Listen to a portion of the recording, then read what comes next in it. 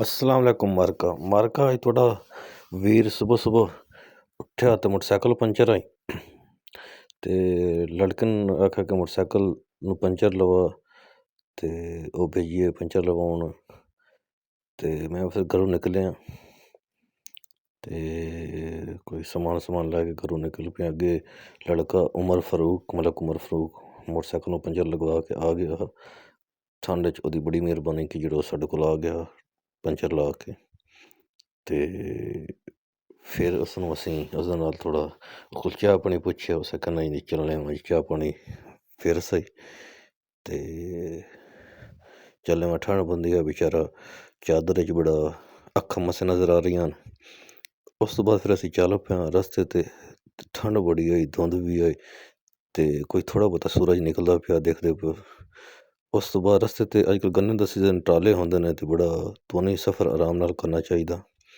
अग्गे गए ते सानूं दो बच्चे मिले ने, साद ते नजफ। साद मेरा कज़न है ते नजफ भी कज़न है। ते ओह् रखे तो लेट होए ते मैं उन्हां नूं पिच्छे बिठा लिया मोटरसाइकिल ते फिर अपने राह ते चल पाया। ते उस तो बाद असीं फिर पहुंच गए आं शहर दे विच। असीं मामू दे घर जाना, उन्हां नूं दुद्ध देना हा। असीं ओह् नॉक कीता ते साढ़ी छोटी जेही सिस्टर निकले न उन्हां नूं। ते उस तो बाद फिर मामू मेरे रिटायर हो गए ने, अज कल आ गए सन। ते मैं आखेआ कि चलो उन्हां नूं मिलदे जाइए, उन्हां नूं हैप्पी रिटायरमेंट कहिए। उन्हां नाल इक वीडियो शूट कीता ते उन्हां नूं मिले वां, उन्हां नूं मुबारकबाद दी, अल्लाह पाक तुहानूं खैर खैरियत नाल लै के आया। ते उन्हां साडी मुबारकबाद कबूल कीती। मैं आखेआ कि डब्बा मिठाई दा तुआढ़े वास्ते बाद च ले आवांगे, फिलहाल हुण एवें मिल लो सन। उस तो बाद मैं लाला तोड़ा पहुंच गया जी दुकान ते। दुकान खोलिए देखते पे एक शटर खोली खलोता जी। ते उस तो बाद फिर टाइम गुजरदा गया ते फिर साढ़े कोल साढ़े इलाके दे पीपी 79 दे विच हाजी अल्ताद हरगन साहब आए ने, साढ़े कोल मुलाकात कीती है। उस तो बाद फिर शाम थी गई जी।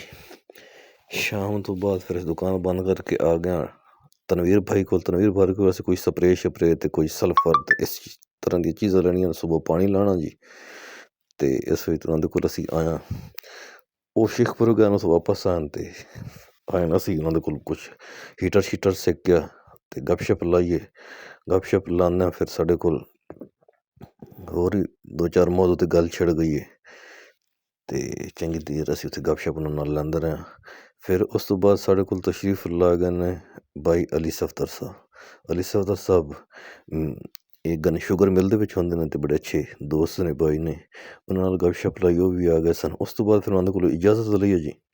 उस तो बाद सानूं कोई पैसें दी कमी आई, पैसे कढवाए ते फिर लाला तोड़ा घर दी तरफ चल पड़ेआ जी। अल्लाह हाफिज।